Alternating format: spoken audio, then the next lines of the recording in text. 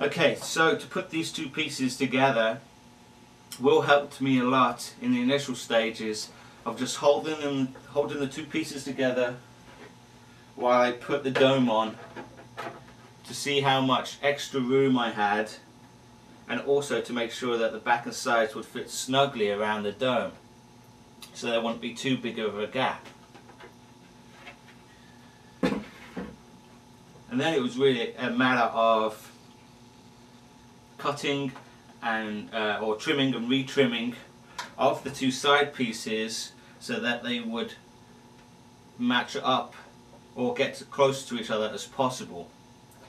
Now initially, and I hope you can see this, I used the dimples for the drill holes. I quickly found out that if I did so, the earpieces were sitting up way too high and didn't come around the side of the helmet at all well. So I had to remeasure and re-drill the holes. Mine are almost 1/4 of an inch below where they were originally, so you can tell that's quite a big difference. So after spending a lot of time trimming these pieces so they would fit together nicely on both sides, I sanded the edges to make it nice and smooth. And as you can see, the top piece fits very well, the bottom piece here comes together, and there is a little gap at the side. So as for the earpieces, well, the earpieces were, the bottom of the curve was a lot straighter, and what I had to do was use my hot water method of bending it, where I dip this into very hot water and then bringing it up, bending it around the helmet itself, and then I quickly run it under cold water and it sticks to the shape that I bent it into. I also sanded off the corner right here, was originally quite sharp, but as you can see on the helmet, it's just a really nice curve where the top of the helmet and the bottom of the helmet meet there. So I sanded this to make it fit better. And this took me a long time to be able to get these pieces to fit. This whole part actually took me nearly a whole day of just trial and error of trimming, sanding, bending, trying to get some shape into it to get the earpieces closer. Now I have seen people use Bondo to cover the area or the gap along here. You could do that if you wish. I've seen some pretty good results. It's just a step that at the moment I don't want to take. So what I have done, I think is going to be good enough for me at the moment. So what I noticed was to get the earpiece snugly fitting so that it would pull the sides of the helmet together and pull the earpiece into the helmet, that these nuts and bolts had to be quite tight. So to avoid distortion of this as they get tighter, I put in 2 pieces of white ABS here, so that when it does snug up, it doesn't curve back in.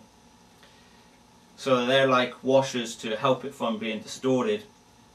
I also made myself another washer out of white ABS to go on the inside of the helmet, just to stop the screws and the washers pulling each other through the plastic, and also to give it a nice wider area for the connection. I'm going to show you the finished piece, and then I'm going to assemble the other piece. As you can see, the tolerances on the front, there's hardly any gap at all. That's pretty good. But if you look at the back, there is a gap, and it was really a case of where am I going to have the gap, at the front or the back? Well, if you look inside my helmet, you can see there's the washer with the 2 nuts and the bolt. At the bottom, to hold the earpiece and also to snug it in a little more, you drill a hole.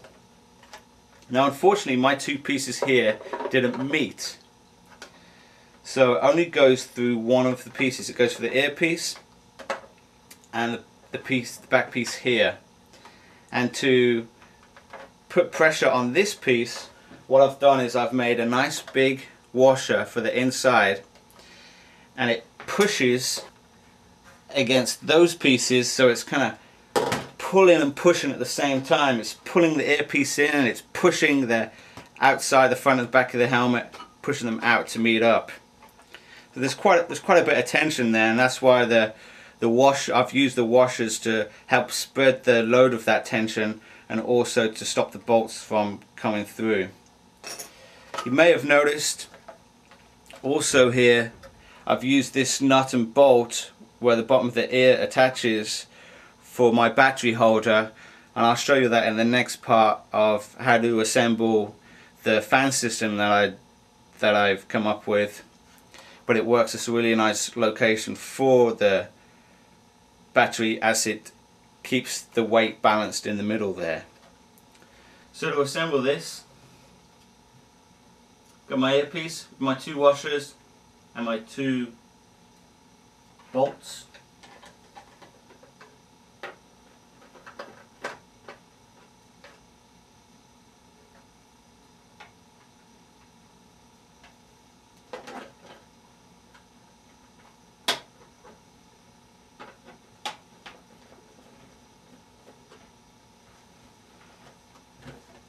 Now I'm going to use the washer for the inside here.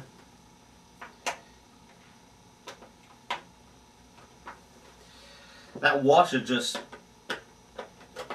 spreads that load really nicely and holds the 2 pieces of the helmet together. It's pretty important that we get this part flat and flush. It doesn't really matter if underneath isn't flat or flush. Here's going to be the most noticeable. Even though it's going to be covered partially by the front of the brow that goes around, you still want it to be able to line up.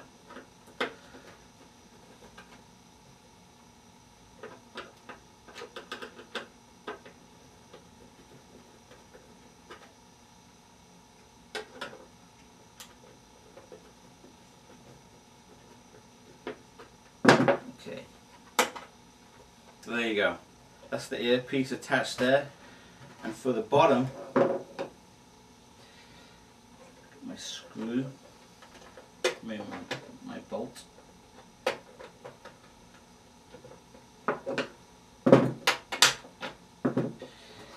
Got my washer, and I'm going to use another battery connector.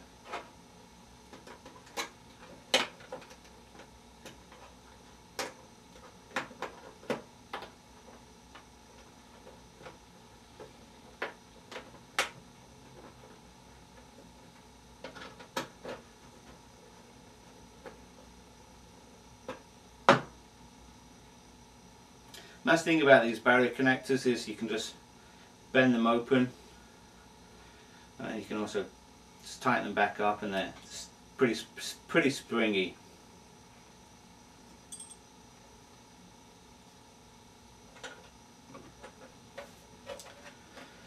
And there you go, the other piece assembled, the other side.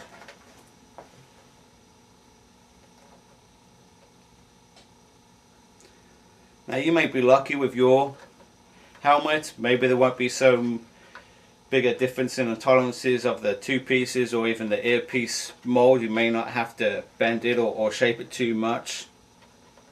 But mine required a lot of time and a lot of effort to get it looking this good. So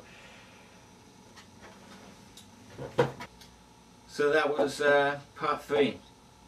Now in part 4 I'm going to show you the fan system that I came up with, and you'll see my use of the battery clips in there. See you then.